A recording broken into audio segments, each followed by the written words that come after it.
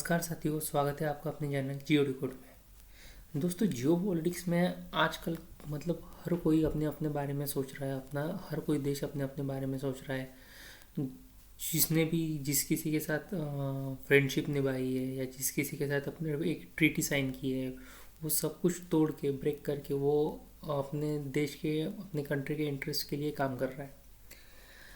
हाल ही में अगर देखा जाए तो ऐसा कभी कोई सोच भी नहीं सकता था कि कनाडा जो है जो अमेरिका को छोड़ के चाइना की तरफ हाथ बढ़ाएगा।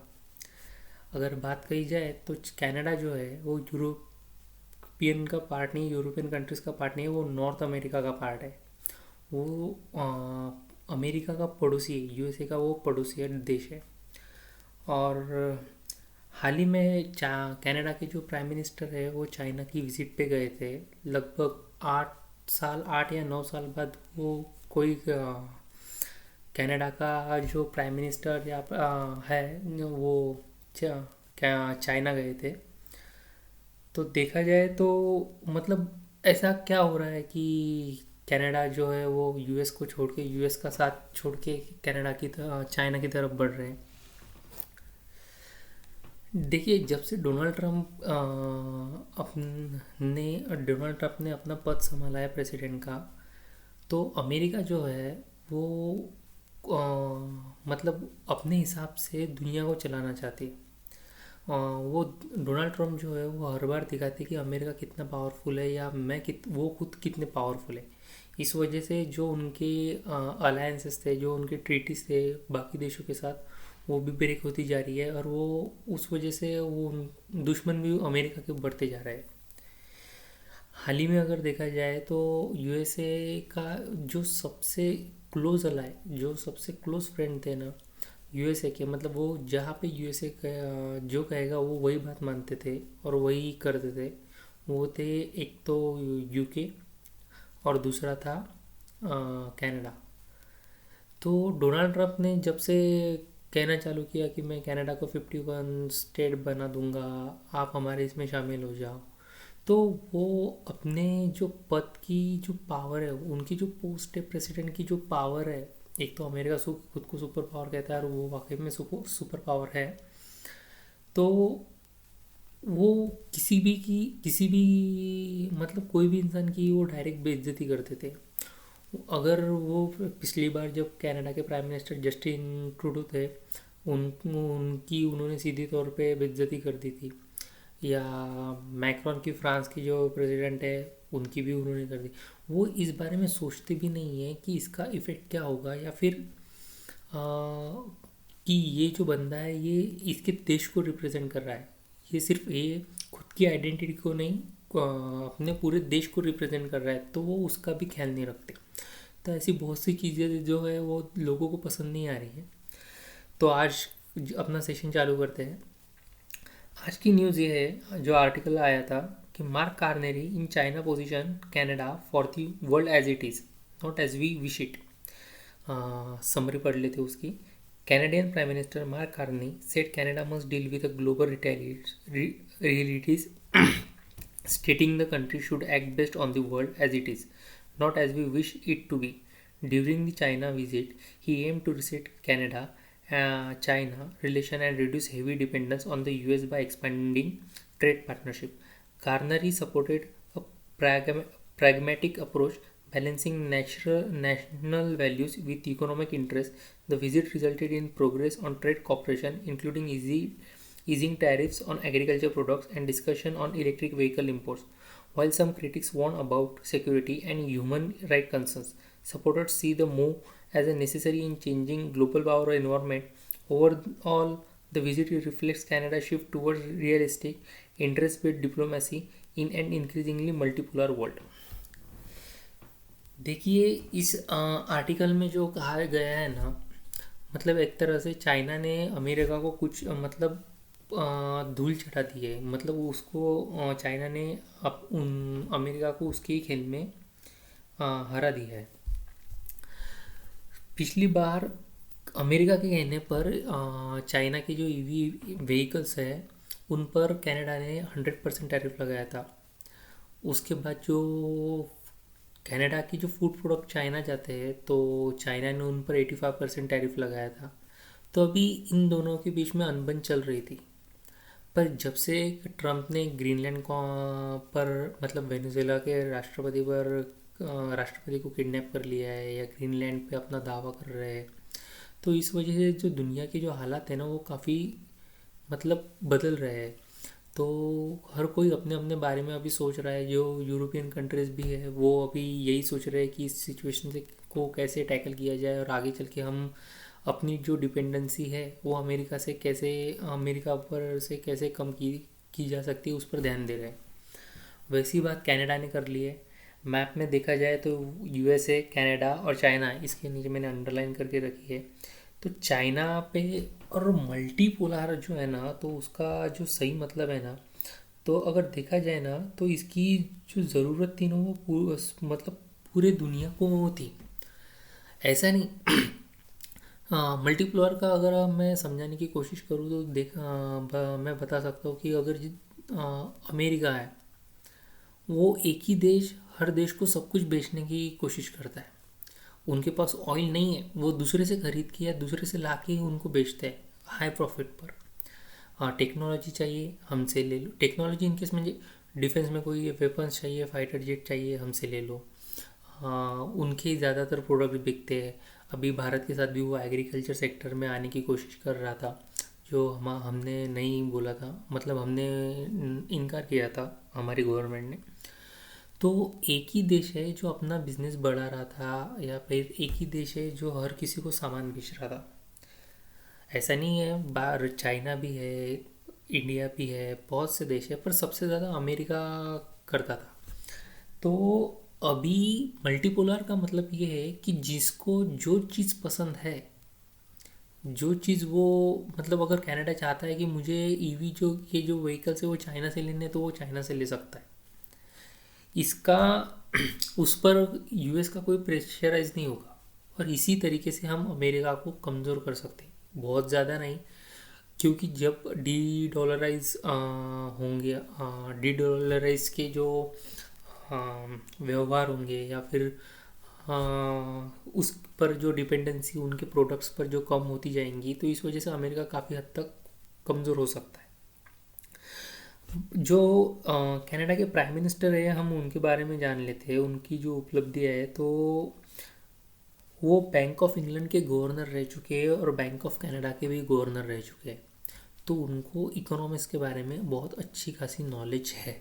तो उनको पता है कि दुनिया में अभी क्या चालू है और उनको उनके देश के लिए क्या करना है।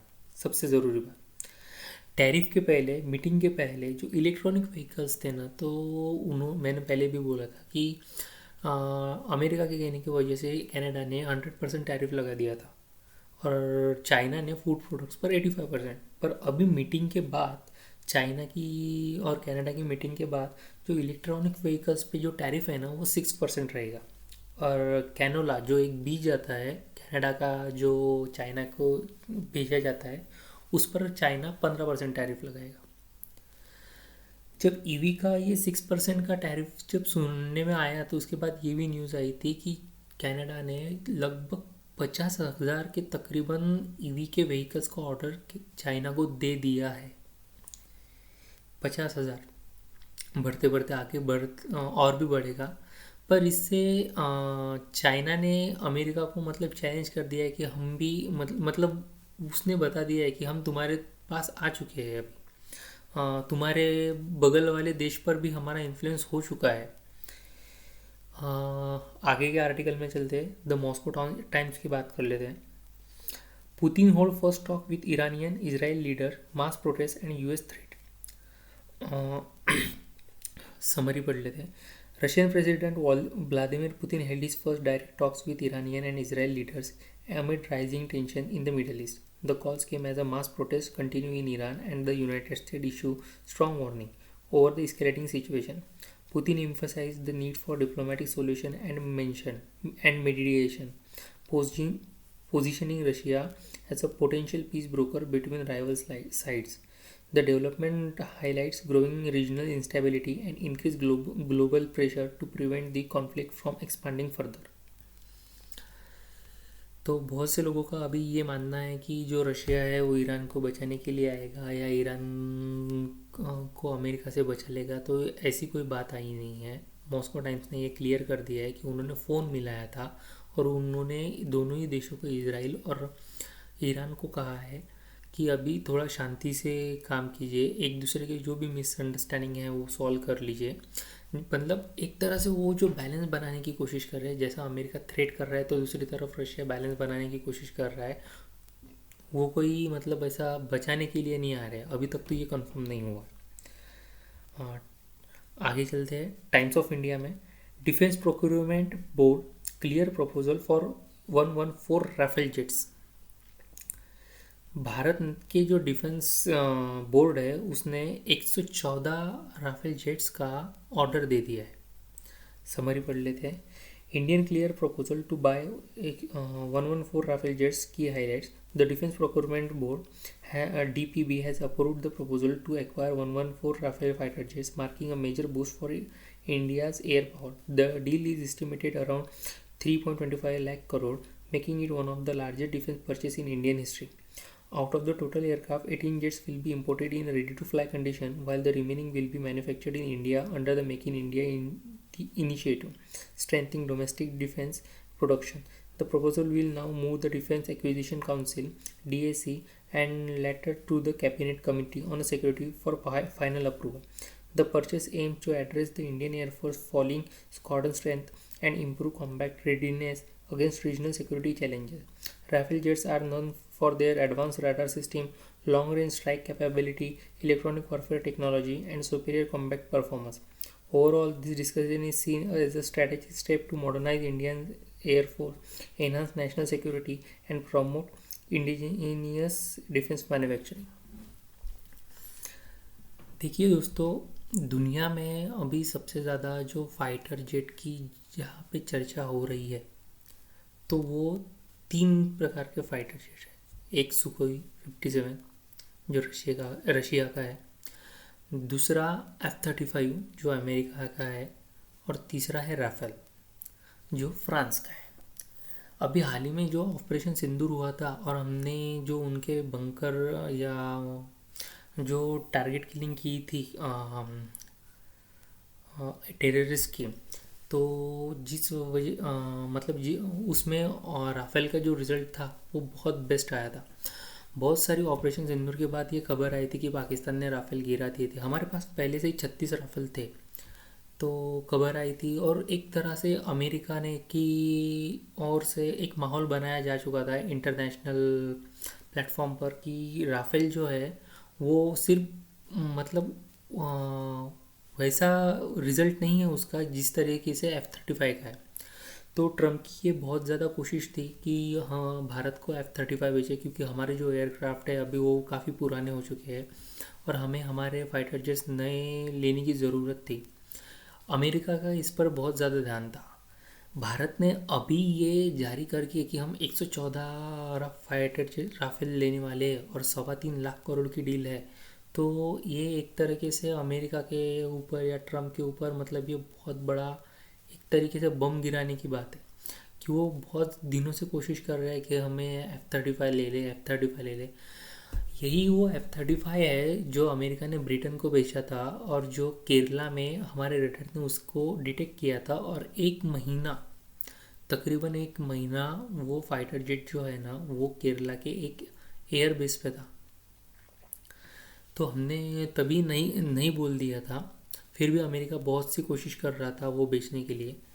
अभी तो सिर्फ डिफेंस प्रोक्योरमेंट बोर्ड का ही है, DPB का ही अप्रूवल है इस बात को। उसके बाद जो है ना तो वो डिफेंस एक्विजिशन काउंसिल DAC के पास ये बात जाएंगी, ये प्रपोजल जाएगा जो हमारे राजनाथ सिंह हैं डिफेंस मिनिस्टर वो संभालते हैं। उनकी मोहर लगने के बाद ये जाएगा प्राइम मिनिस्टर मतलब मेन प्राइम मिनिस्टर की तरफ। तो जब उन्होंने हाँ कह दिया तो हम इस बारे में बात मतलब ये डील डन हो सकती है। और फरवरी में जब मोदी और मैक्रॉन की मीटिंग होने वाली है तो वो वहाँ पे हमें बताया जा सकता है कि ये डील डन हो गई है। तो अभी तक मतलब ऐसा विचार चालू है, डन नहीं हुई। तो राफेल ही क्यों लेना है, तो उसके जो कैरेक्टरिस्टिक है ये है थोड़े बहुत, क्योंकि ओमनी रोल कैपेबिलिटीज़ है, speed and performance, long and combat range, advance AES radar. बस आज के लिए इतना ही। अगर आपको ये इन्फॉर्मेशन पसंद आ रही है या फिर आपको मेरा चैनल या मेरा बताने का तरीका पसंद आ रहा है तो please like share and subscribe my channel. बहुत मेहनत हो रही है, प्लीज़ लाइक कीजिए और चैनल को सब्सक्राइब ज़रूर कीजिए। Thank you so much.